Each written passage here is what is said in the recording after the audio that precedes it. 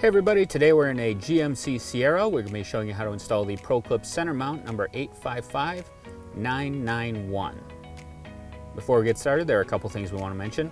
First, this mount does use some double-sided tape. You'll see the blue and white covering here and the blue covering on this side.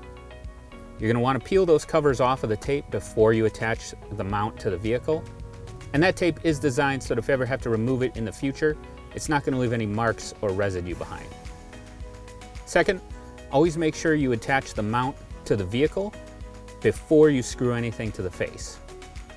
So with that, we'll get started. This mount is basically going to use this piece of plastic that totally surrounds the vent. It's kind of piano black on this vehicle. You can feel there's a lip right in here where this glossy piece meets the inside of the vent. And that's actually where our bottom lip is going to sit on, right on that little bump. You can feel it with your finger.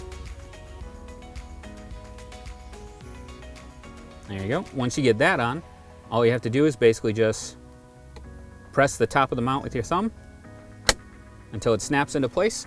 And now you have a nice solid mounting platform for a custom ProClip device holder. We hope this video has helped. Have a great day.